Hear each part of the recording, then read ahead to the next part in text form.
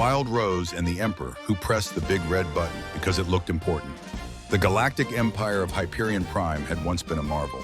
It spanned 17 spiral arms, 3 regrettable dimensions, and one particularly damp pocket universe that everyone pretended didn't exist because it smelled faintly of socks and regret.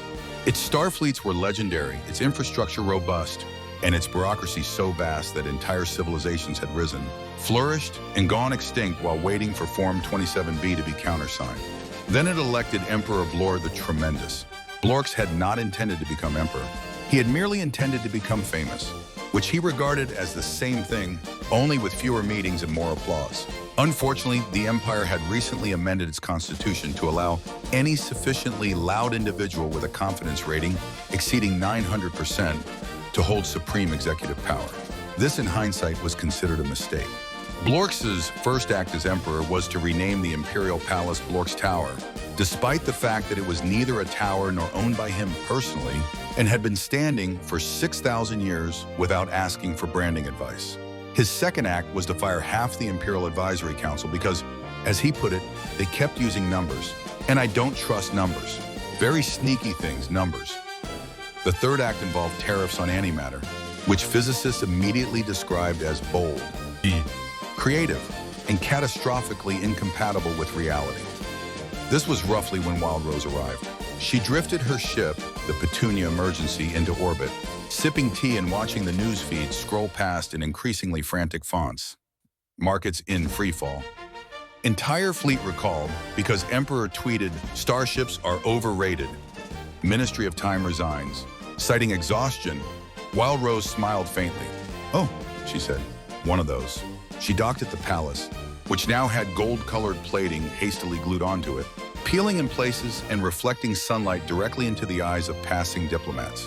Inside, Blorx was holding court in what had once been the Hall of Galactic Unity and was now decorated with banners reading, "Make the Empire Big Again." It was already big. Blorx himself was gesturing at a star map. "We're cutting funding to these systems," he announced proudly, pointing at a dense cluster of core worlds. "They're not loyal. Total freeloaders. Sad planets." A trembling aide raised a hand.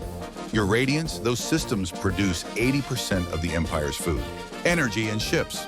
Blorx beamed. "Exactly. They've had it too good for too long." Wild Rose leaned against a pillar.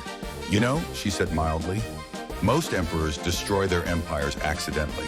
You're doing it with remarkable enthusiasm." Blorx squinted at her. "Who are you?" "Wild Rose." "Never heard of you." "Which means you're irrelevant or dangerous." "Both, usually." Blorx nodded, satisfied. "I like you. You're honest. Say, should I press this button?" He gestured toward a large red button helpfully labeled, "Do not press under any circumstances." Wild Rose glanced at it. "What does it do?" "No idea, but it's very red, very powerful looking." Behind him, 3 generals fainted simultaneously, achieving a new imperial record. Wild Rose sighed. "Let me guess. You think the Empire was weak?" "Very weak," Blorx said. "Everyone respected us too much. Total disaster." "And your solution," she said, "was to insult allies, alienate experts, destabilize reality, and replace policy with vibes." Blorx puffed up. "Exactly. Finally, someone gets it." She pushed off the wall. "Well, I should warn you, empires are like soufflés. Slam the door too hard and they collapse." Blorx grinned. "Fake cooking." He pressed the button. Somewhere, the laws of physics filed a formal complaint. Alarms blared. The star map flickered. Half the empire blinking out as regional governors declared independence, mostly out of self-preservation and common sense. Markets imploded. Fleets mutinied. A wormhole opened briefly, took one look, and closed again. Wild Rose watched calmly. "Well," she said, "on the bright side, you've unified the galaxy." Blorx beamed.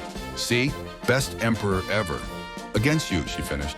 As she returned to her ship, Wild Rose sent a message into the void, a quiet ripple through time and probability, nudging things just enough that the Empire's fall would hurt less. Rebuild smarter, and eventually remember that competence was not, in fact, elitism. Behind her, Blorx was already planning Blorx Tower 2. The galaxy sighed, picked up the pieces, and carried on. It always did.